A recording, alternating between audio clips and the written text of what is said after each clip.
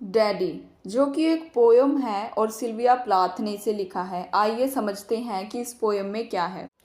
Daddy कविता Sylvia Plath की एक बहुत ही शक्तिशाली और जटिल कविता है, जो अपने पिता के साथ उसके गहरे और परेशान करने वाले रिश्ते के बारे में है। आइए इसे समझते हैं। मान लीजिए एक बेटी है जिसके अपने पिता के साथ बहुत उलझे हुए रिश्ते हैं। उसके पिता अब मर चुके हैं, लेकिन उनका प्रभाव उसके जीवन पर अभी भी बहुत मजबूत है, जैसे एक काली छाया की तरह।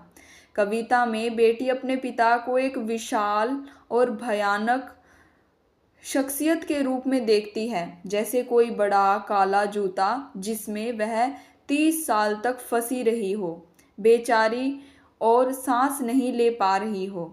वह उसे एक भूतिया एहसास के रूप में भी देखती है जो हमेशा उसके साथ रहता है। वह अपने पिता की तुलना कई भयानक चीज़ों से करती है।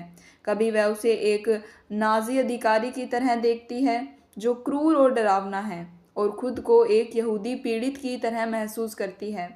कभी वह उसे एक पिशाच की तरह देखती है जो उसका खून चूस रहा है।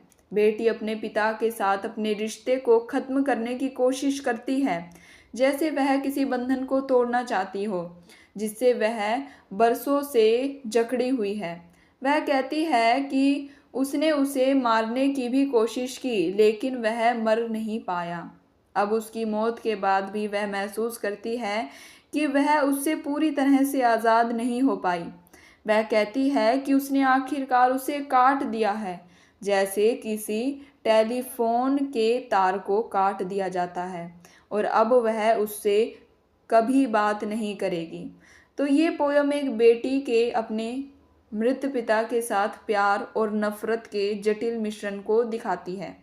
यह उसके द्वारा महसूस किए गए भारी प्रभाव, उसके क्रूर और भयानक पक्ष की उसकी कल्पना, और उससे ज़्यादा होने की उसकी तीव्र इच्छा के बारे में है। यह एक दर्दनाक पोयम है जो दिखाती है कि कैसे बचपन के रिश्ते किसी व्यक्ति के वयस्क जीवन को गहराई से प्रभावित कर सकते हैं, खासकर जब वे रिश्ते मुश्किल और परेशान करने वाले हो।